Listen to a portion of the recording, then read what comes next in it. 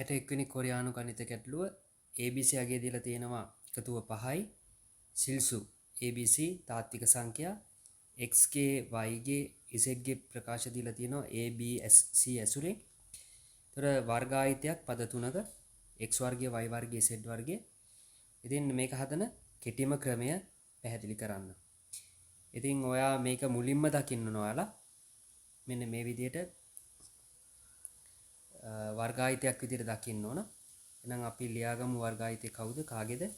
x ධන y ධන z ගේ වර්ගය තමයි මේ ඉහළින් තියෙන ප්‍රකාශය. ඊට අමතරව ඔයාලට පේනවා එතන දෙවරක් දෙක හතර එනම් අඩු වෙන්න ඕන හතරක්. ඒක තමයි පළවෙනියටම හදා ගන්න ඕන ප්‍රකාශය. දැන් අපි යමු xy z කියන අගයන් හොයන්න. අපිට දැන් ගත්තේ ප්‍රකාශයට අගයන් x ධන y ධන z වල අගය කවුද කියලා බලමු. AB ඇසුරෙන්ම බලමු.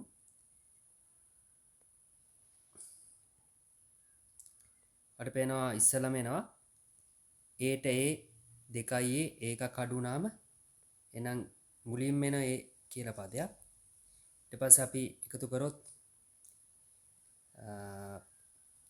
කරමු b පද b ට b කැපිලා යනවා b එකක් ඉතුරු වෙනවා එහෙනම් එකතු කිරීම b.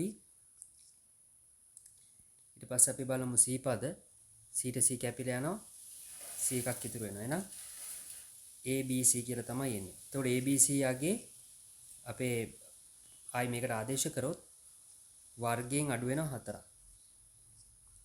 එහෙනම් පිළිතුරු විදිහට එනවා